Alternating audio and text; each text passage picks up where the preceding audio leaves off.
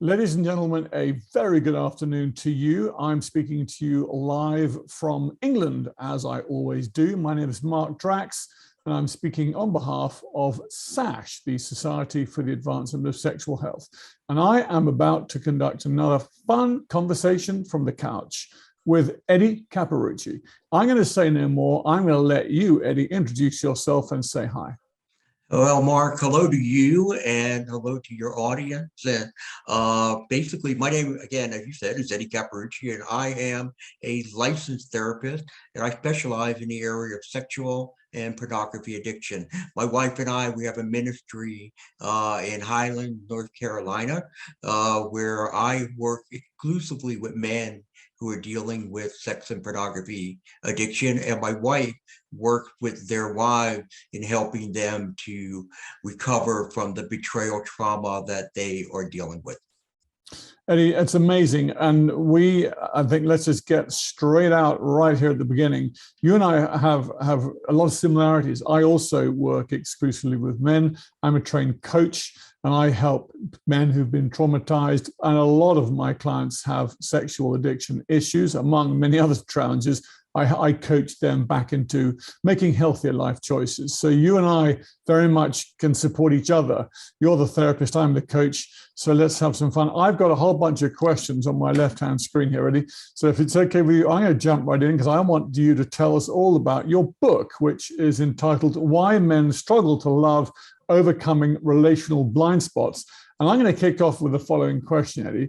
What do you mean by emotionally undeveloped men? Yeah, thank you, Mark. That question is a very important one. What I found in my practice, and maybe you've seen it in yours also, that individuals who struggle with a sexual addiction also struggle to emotionally bond and connect. In fact, I believe in my research that I've done over the last 10 years is 9 out of 10 men who I work with have what I would call a low emotional IQ or are emotionally undeveloped. And basically what that means is that they have the inability to be able to take a relationship and help cultivate it, to help to make it stronger from an emotional standpoint. And what we'll talk about later on, if we get into this, one of the big reasons for this is the fact of when they were in their early stages of childhood development, we're so critical that they get the guidance that they need to learn how to become emotionally connected individuals. They don't get that. So what they do is they confuse physical intimacy for emotional intimacy. Mm-hmm. And that's what they're always chasing. But they find it very unfulfilling over time because they're never really filling the void of what they need. And what that is healthy emotional connection. I'm sitting here nodding and relating because I'm a 54-year-old man, but I'm actually quite proud to recognize that I'm also a 4-year-old or an 8-year-old child. The important thing is, I think, touch wood, I've kind of learned how to protect my 8-year-old rather than exploiting him and abandoning him as in the same way my real 8-year-old child was abandoned. So this is true to my heart, Eddie. But you know, Mark, what you say is very interesting, because what you're saying is I've gained awareness that I struggle in this area. Yeah. Most of the men that I deal with, they are oblivious to it. They don't know. They think, again, we don't know what we don't know. So they look at it and say, hey, you know what? No, I think this is me. The wife complained, you never talk about things, you don't want to socialize. And it's just the way I am. There's nothing wrong with me. It's just the way I was, put together, hardwired. And that's not the case. Yeah. Well, I love that. I love you for this is such an important topic. Every single one of my male clients on some level, some really more than others, struggle with this entire concept. So it's music to my ears. Yes. So let's move on. I'd love to ask you, what piqued your interest in this topic that led to your book? Yeah, well, the thing that really got me going with this was the fact that I saw that early on there were women who, again, struggling with the betrayal, who were not coming back over a period of time that we would think would be enough for them to be able to heal, to reconnect with their husband. And here, these are men, and I'm only talking about the men who have dug in, did the work, have made the changes they need, and they are no longer doing X, Y, and Z. Okay, they're no longer looking at porn, no longer going to massage parlors, whatever it is, they're no longer doing that. Well, these women were not reconnecting. And as I started to investigate that more, what I came to understand was they were still seeing many other behaviors that the man was exhibiting prior to getting caught that had not changed. For example, he comes home and he just crashes on the couch. He takes his phone and brings it into the bathroom, even though she told him, I don't want you to do that. He's not looking at porn, but that's what he does. He's reading, Kindle or something like that. He doesn't spend as much time with the kids as she would want. And the list goes on and on and on. And what I came to understand was, okay, you know what's happening? This emotional undevelopment had a lot more ramifications than I originally thought it was having. Okay, because I thought, okay, maybe I could get them to become more emotionally engaged that would help them to deal with their addiction. But that wasn't enough. And it came up, I started with the thing, you know what? Being sober is not enough. We need to make sure that these people, and you know what, women have the same problem. The women who are involved or dealing with this disorder, they also too are emotionally disconnected. So we need to be able to educate these folks that there's more that has to be done that goes beyond just being sober. We also need to work to build that emotional IQ, to become more emotionally engaged, because unless that happens, the partner who has been hurt will never fully feel safe. They will always be worried. Well, you know what? This is the behavior I see from you when you're with me. And I'm not happy with this, and I've asked for changes. Why should I believe you now because you're telling me, oh, I'm not doing X, Y, and Z? So therefore, to really strengthen the relationship and to make it something that they've never had before, we have to go in and we have to teach people how they can become more emotionally developed. Okay, fantastic. And you may have answered this already, but could you give me a couple of maybe concrete examples to make it really obvious for our audience of how a man becomes emotionally undeveloped? Yes, basically what I identified in the book were what I call blind spots. And there are 14 of them. And what they basically are these are the character defects or other different variables that prevent a man from being able to cultivate and mature a relationship. So, for example, one is the lack of curiosity. Now, this doesn't mean that men aren't curious in sports or politics or science, whatever. They have many curiosities.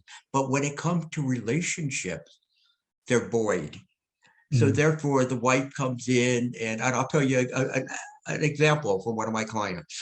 Wife came in from her first week at a new Bible study, and she had several books, and she had the agenda that they're going to be using during the course of the year. And he's standing there. He just got himself a bowl of ice cream. He's in the kitchen, and she walks in. And he said to her, he goes, oh, so how was your Bible study? Good start. I started off well.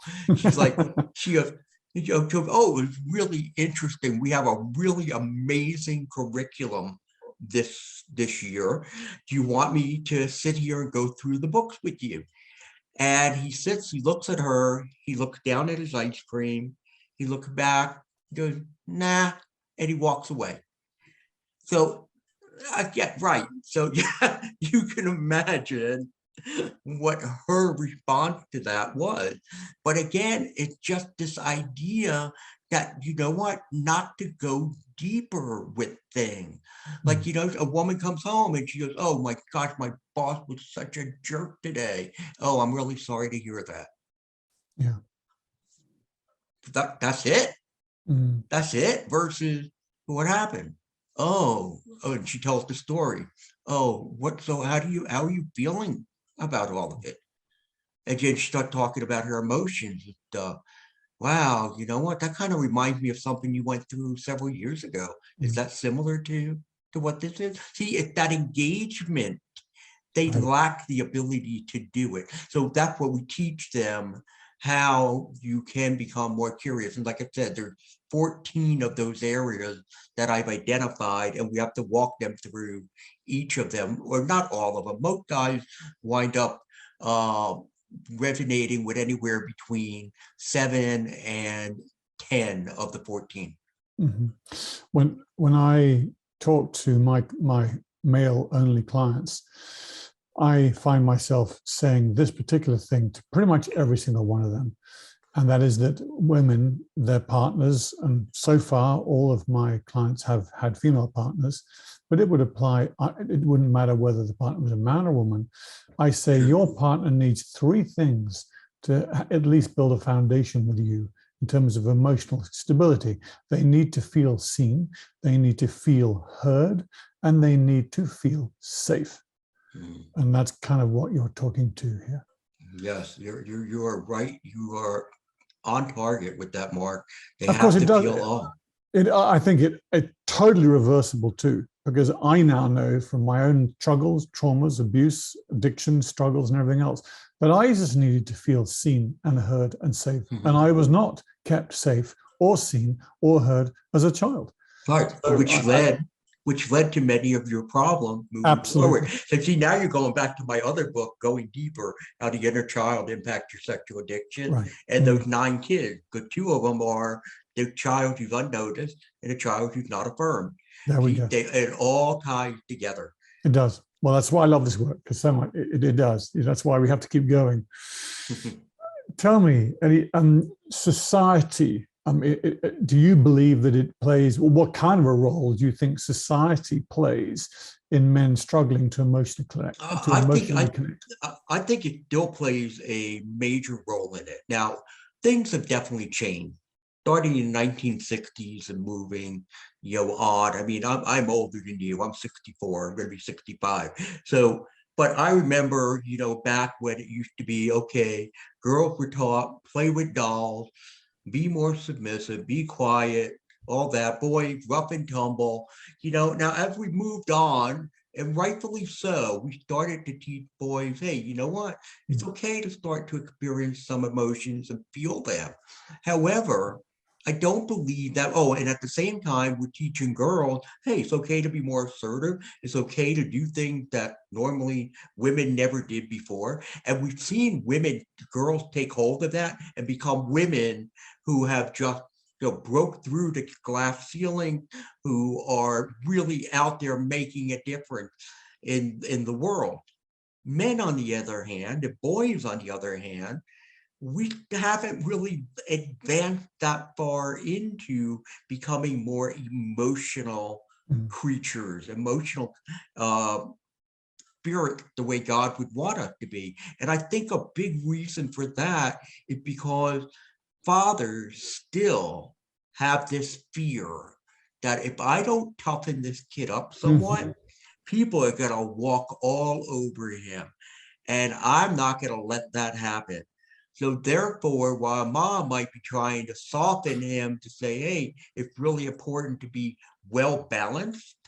Okay, you could be very masculine, but yet still have a very good understanding of your emotions and being able to express them without fear and being able to take on other people's emotions, which is a major problem. We go back to the idea that, that joke about how men always want to fix something. If a woman comes to them with a problem, we don't want to fix it because we want to show them how smart we are. We want to fix it because we want the emotion to go away. Yeah. That's what we're doing. We're trying to shut this thing down. Oh, I got a solution for you, honey. And if that doesn't work, then it's like, we'll minimize it. It's not a big deal. I don't know what you're worried about. You know what? Just let it go. Everybody has to deal with it. And if that doesn't work, we just withdraw. I don't have time. Sorry, I can't do it for you.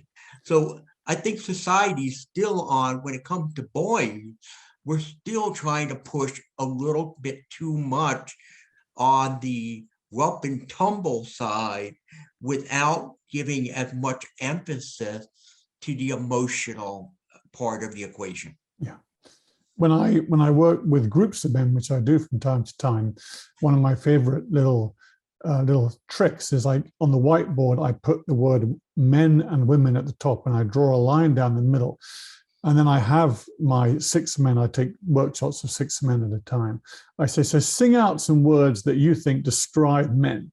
And you get all the typical ones. You get strong, courageous, funny, aggressive, powerful, and you get a great long list of words like that. And then I say, right, now do the same under this column for women. And we get pretty, sexy, cute, gentle, passive, whatever. And you get a lot of what society has taught men to think women should be. And then what I do is I rub the W-O out from the word women, and I move it to put it in front of MEN to spell women. Right. And now I say to my students, so what's wrong with a woman being powerful or strong or dominant? What's wrong with a man being sexy or beautiful or gentle? And of course, never yet have I had one student, and I had done this with over 100 men, have I ever had one man say, well, that's totally wrong. You can't argue that. There is nothing wrong with it. When you actually think about it, there's nothing wrong with a man being beautiful and gentle. And there's nothing wrong with a woman being powerful and dominant and and whatever else. That is an amazing exercise, Mark. And I would agree with you, because again, and this goes back to the idea of people being oblivious or being stuck in stereotypes. Okay, Right. just saying, this is what I see. And Totally. this is what I've been taught. Because again, it's what I've been taught. Right. So, and especially when we look at porn nowadays, okay, what's going on in that area, because it's so accessible, and children as young as 8 and to 10 are watching it on a regular basis, and even kids as young as 4 are being exposed.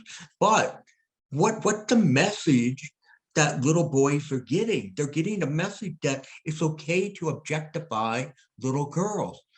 Or worse. Right, and what the little girl getting the message? It's okay to be objectified. I mean, what a horrible message we are sending out to our youth. We've already sent it out to a couple generations, and now it's continuing. It's going to get even worse because that's what's happening. In fact, I heard a horror story a couple weeks ago, if you don't mind if I tell it real fast. There was this young couple, they started dating. They were both about 17, and this was his first time ever dating. He had been looking at porn since he was about 10, and they dated for about 7 or 8 months. They decided to be sexual. And so this is the first time for both of them. So as you can imagine, she's very nervous, and she's like, I hope this is going to be a very gentle, caring thing. Well, they start having intercourse, and at some point he reaches to her throat and starts choking her.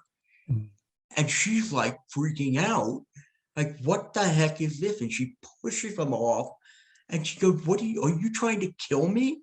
And he goes, no, I'm not trying to kill you. I'm just doing what I've seen, happens in sex. That men, what they do is they choke women, and the women love it. And she's like, I don't love it. That's disgusting. It's horrible. See, this is a kid who, again, oblivious. I use that word a lot. I use it a lot in that book, in the new book, Why Men Struggle to Love. He learned about sex and love through porn. And he learned the wrong lesson. And how many kids out there today are being hurt, are being abused because they've gotten the wrong message about what sex and love really means? Well, Eddie, that takes me very neatly onto another question. Talk to me, therefore, about the correlation between emotionally undeveloped men and addictive behaviors. Yes, I see, again, as I said to you before, in my practice, I've seen about 9 out of 10. And as you said, in yours, it's almost everybody you see, Mm. is struggling with being emotionally undeveloped. Well, if we're emotionally undeveloped, what we're doing as we grow older is we're missing a very key element of what it means to be a man and what it means to be human, what it means to be in God's design. All right, we're supposed to be, as I said to you before, balanced. Well, because we're missing that component, there feels like there's this void in us that needs to be filled. And somewhere along the line, as we are getting older, because part of being emotionally undeveloped is I can't sit with emotional distress. Mm. I can't sit with emotional discomfort. So, as a child, what do I do with this? What do I do? For example, let's say your friend next door, he takes your Nerf gun and he breaks it. And you come home to your dad and you're hoping your dad could be very empathetic and understanding. And you say, Dad, Billy, he broke my Nerf gun. And dad looks at you and he goes, what the hell is wrong with you? What did I tell you not to share your toys with other people? Do you know how much that gun cost me? He goes, you are so irresponsible. I have to put up with this all the time from you. When are you gonna learn? You know what? You disgust me. Get out of my face. Go to your room. So now I'm about 8 or 10 years old. I'm sitting in my room. First of all, I got the original pain. My toy's broken. But now I'm sitting with this distress of, well, Dad's very disappointed in me and angry with me. And it's my fault that this all happened. So what do I do with it? Well, not having a lot of worldly experiences and being more emotionally based in my thinking than cognitively based, I come up with one solution.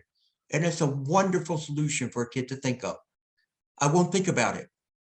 I'm not going to think about it. Well, but how do you do that? He's got to distract himself. Too much television, too many video games, too much food, too much fantasy in his own head, not sexual fantasy, but just staying in his own head. And so I take that coping mechanism and I bring it into my teen world and I bring it into my adult world. And what we now have is someone, because they can't sit with the pain, learn to run off to something that soothes them. And over time, that repetitive practice of reaching out to that soothing coping mechanism lead to the overproduction of dopamine in the brain, which eventually leads us into this addictive state. I mean, that's a fantastic description of the whole mechanics of addiction 101, let alone from your personal perspective on it. So thank you for that. I herald everything you say. I completely agree. Desmond Tutu has a wonderful, bless him, the late Desmond Tutu had a wonderful quote. He said, we have to stop just pulling people out of the river. We have to go upstream and figure out why they're falling in the first place. I love that quote. Isn't that a gem? Because I have never heard that. That is amazing. It's addiction defined, because to me, addiction is not the problem. Addiction is a symptom of a very deep problem. Mm-hmm. And I'm so excited that this whole field that we work in is finally recognizing this, and it is stopping saying, just say no. Nancy Reagan's famous slogan, just say no to drugs. Yeah. Well, that worked well for your country, didn't it? Yeah, not so much. Not so much. You can't just stop something unless you understand why you're doing it. And so the why, to me, is the piece I work on. I am so excited to hear you say that, Mark. Okay, because when we're taught, I don't know what they do with coaches, but what we're taught in our master's program is don't ask the why question, because they feel you're making an accusation to people. I think that is totally erroneous, and that's what my whole inner child model is based on in helping people to learn to manage their sex addiction or porn addiction. It's about why. Why does sex Right. have a stronghold on me? Because I believe, and the whole model is trauma focused, because I believe that if you answer that why question, you're empowered. I'm Totally, empowered, totally. right? It's Yeah. empowering. Of course it is. And it's so great, as you said, I've been doing the inner child model for about 6 years now, and it's so great to see that more and more people are starting to understand that, as you said, the root of the problem is not the addictive behavior. And we're talking about all addiction. We're not just talking about sex and porn addiction. We're No, talking about all. It goes back up the river, up the river. okay, up the Yep. river, back there, and that's the unresolved childhood pain point.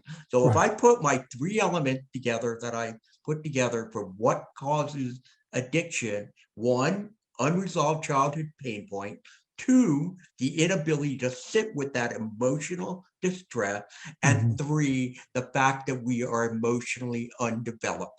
Those three things cause us to develop the coping Yeah. strategies that are all based on, I don't want to think about it. I don't want to go there. So therefore, let me go someplace to soothe myself, to Right. comfort myself. And as I said, the repetition of doing it over and over again makes it become addictive, because we are changing the neurochemical balance in our brains. Beautiful. So we've talked a lot about the why. Eddie, is there hope for is there hope that emotionally undeveloped men can change? Oh, yeah, there's hope, because you're looking at me and I'm looking at you. And both of us, right? We've Bless you. struggled in the past with all of Yep. it. We had our addictive behaviors, plus we were emotionally undeveloped. Now, just like you, I mean, have I gone from zero to the other end of the spectrum to 100? No, and I Mm. never will. I went from zero to maybe 40, 45. Wow, but let me tell you something, Mark. To my wife, that 0 to 45 is like night and day. Mm. And what I'm doing right now is every day just trying to move that dial just a little bit more.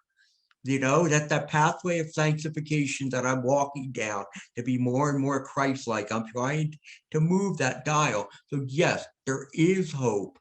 I see it every day. I'm sure you've seen it every day, but it takes work. We need to learn how to trust people. We need how to regulate our mood. We need to learn how to develop empathy. We need to learn how to attune to one another. But most importantly, we need to learn to sit with our emotional discomfort, because if we can't do that, we are not going to be able to break the cycle. Eddie, I would love to sort of lastly just have you talk about the 14 blind spots you've identified through your work, and how does a man recognize he has these emotional blind spots, and which ones? I mean, what needs to happen in a man's life for him to sort of have this epiphany and realize that he's got a few of these blind spots, apart from reading your book, of course. Right, right. Reading my book, of course, they can do that. Unfortunately, most men are not going to realize this, even though perhaps their spouse has been, partner been saying to him over and over again, you don't connect. I feel so lonely in this relationship. I feel like, we're not emotionally intimate. He'll hear that hundreds of times and he won't change. When he's going to change is when all of a sudden crisis hits. And then she's sitting here and she's saying, I'm not doing this anymore. Mm. And now all of a sudden there's a panic and he's going to seek help.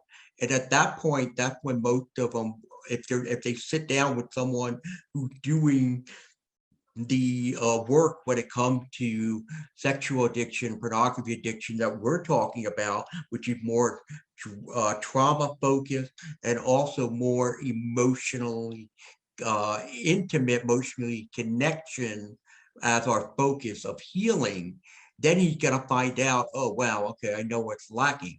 And those are those things that I talked about before: trust, emotional regulation, empathy, attunement, being able to sit with the pain. The blind spots that I recognize, I'll just go through them very quickly with you. One, avoiding that emotional pain, the lack of curiosity. They're very hypersensitive. They're hypersensitive to criticism. They're hypersensitive to maybe being falsely accused to things. They just can't deal with it in a very healthy manner. They struggle to connect, which is an obvious one. Here's a big one. They are very inwardly focused. And the reason they're inwardly focused is, again, because in those early stages, they're not taught, again, how to emotionally connect and bond. And so therefore, in most of those cases, they're raised by parents who don't know how to emotionally connect and bond. So therefore, they feel like I'm on my own. I have to do things myself. I have to figure out my problem myself. So they become very inwardly focused. They're not bad people, but they just say, again, these are all coping mechanisms. The lack of mindfulness. Oh my gosh, how we need that mindfulness to be able to stay down the right path. They have that low emotional IQ that we talked about. They have what I call hide and lie syndrome. What happens is they realize, you know what, if I'm out front and I get noticed, I get in trouble. So I'm going to learn to blend in with the furniture. Or they've come to learn that, you know what, telling the truth that I did something wrong gets me in as much trouble as lying. So you know what, let me lie and see if I can get away with it. And they take that into their adult world. Many of these men, I'll be interested to see what you think about this. Many of these men lack interest and passion. They have limited interest and passion, and even they may not even have a lot of friends. What do you see among your client base? Well, as you say that, the first thing that came to my mind is the concept, and I'm living proof of this for a large percentage of my half century so far. I confused intimacy with intensity. So I totally understand. I had no desire for what I think I would like to hope that you and I would both agree was passion today. I wanted to be blunt, a quick, you know what. I wanted in and out. I wanted to get my needs met. I wanted only money. I didn't give a damn about what a woman might be interested in getting as part of the exchange. As long as I got my needs met, I was satiated and I was moving on. And there's an amazing verse in that beautiful song which Lady Gaga and what's his name sung in the film. Oh, Bradley Cooper, yes. Right. And there's a verse. Whilst you continue talking a second, I'm going to look it up. Okay. Because it talks about the power of intensity and how it will basically kill you. If that's what you're seeking, you're going to destroy your life. Until we learn to look into, I love breaking the word intimacy down into me see. I know you've heard that before, but our audience may not have done. Intimacy is into me see. In other words, this is where intimacy starts. Not out there, not with quick, funky sex. Intimacy starts with being at peace here. And that's my answer to your question. Okay. Continuing through these, next blind spot is struggling to connect with God. And the part of the reason for that is, think about it. If I struggle to emotionally connect and engage with the people who I can see, hear, and touch, I struggle there. Could you imagine how much more difficult it is to connect with a spiritual being that I can't see, hear, and touch? Again, I believe what we can hear if we really listen carefully, but that's a big problem we have. Of course, they're very compulsive because they have a lot of compulsive behaviors. I don't need to explain that at all. They also suffer from mood and medical disorders. The mood disorders are basically the anxiety and depression. Many of them deal with more of that low-grade depression, asthenia. And therefore, with that, they don't have the high, they don't have the low. I call it the dysthymia, or dysthymia, whichever way you want to pronounce it. I call it the Eeyore depression. All right, Mm-hmm. whatever. Who Yeah, cares? I know And that. they've had it their whole life. They just didn't realize they have it. Plus, I also, and there's actually an article that just came out. I haven't read it. I saw it this morning. It was a study about the correlation between addictions and ADD. I find that a large percentage of my clients also have issues with ADD, that part of it. And also the lack of contentment. They Okay. just don't seem to be content with much of anything. Life is like, this is it. This is life. That's all it is. And then Right. the final one, Mark, is fear. They're fearful. But fear runs through all of these. Oh, yeah. That is at the core of all of these blind spots. And if we can learn, excuse me, to again hold on to this fear and learn to move forward despite it, oh my gosh, we can resolve so many of the various disorders that we deal with in our lives. Such a powerful list, Eddie, and thank you for sharing your years of experience and what you've come to notice with our audience. I think I can only direct them to your book. Funny enough, whilst you were talking there, I just to come back to what we were saying about passion and intimacy and intensity. Lady Gaga, I will state for the record, does a much better job of this, but I'm going to sing you one verse, all right? This is a song everybody will recognize, and it goes something like this. Tell me something, boy, aren't you tired trying to fill that void? Or do you need more? Ain't it hard keeping it so hardcore? I'm falling, etc., etc. I mean, when I heard that. You're too kind. That was very good. It was very good. You're too kind. I'm telling you, when I actually listened to that song after it came out of that movie, I was at a time in my life when I was going through some fragile things. And I have read that lyric, those 4 lines, and it literally slammed me. I remember bursting into tears, thinking, holy shit, that's my life. I've just spent most of the last half century desperately trying to fill that void with an immense amount of hardcore from outside of myself. And what's it brought me? Nothing. In fact, it's almost killed me 3 times. So anyway, I share that because it's all that you're doing, Eddie, is so close to my heart.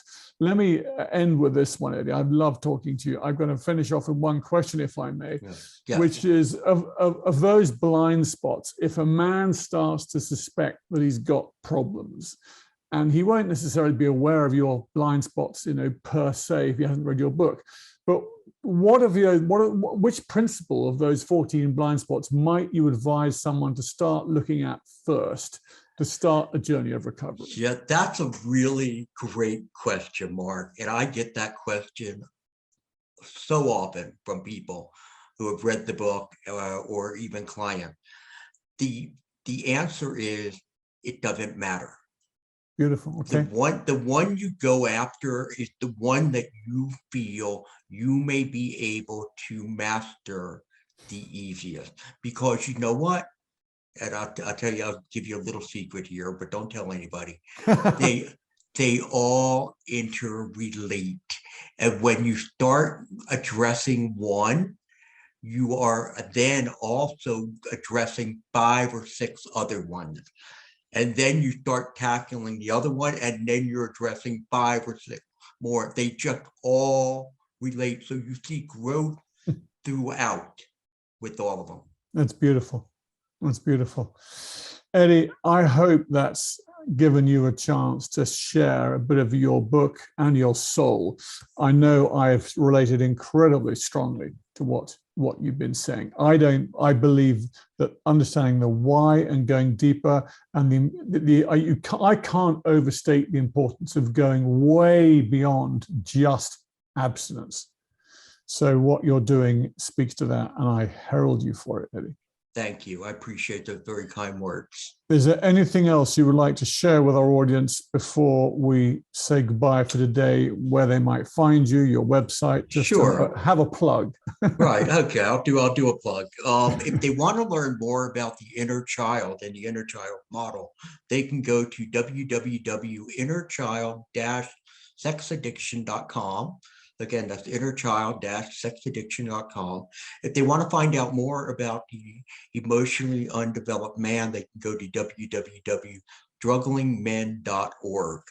The books, Going Deeper, How the Inner Child Impacts Your Sexual Addiction, the new one, Why Men Struggle to Love, and my previous book, Removing Your Shame Label, they're all available exclusively on Amazon.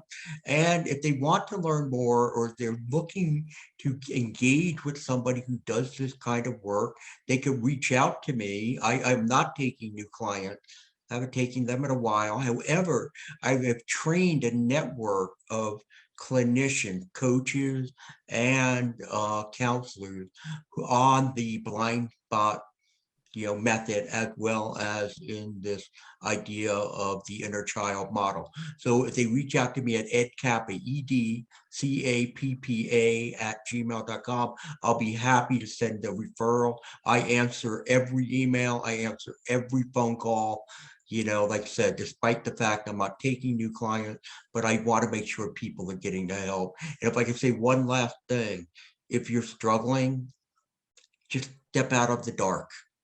Step out of the dark, come into the light. You are not alone. You are far from alone.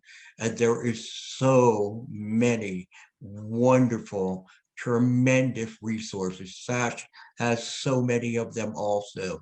There is help. And again, you've been listening to two guys. We've been there. We've been there. We know what it's like. But we also know what it's like to come out on the other side. So again, thank you. Very beautiful. I would like to finish by saying emotionally undeveloped men.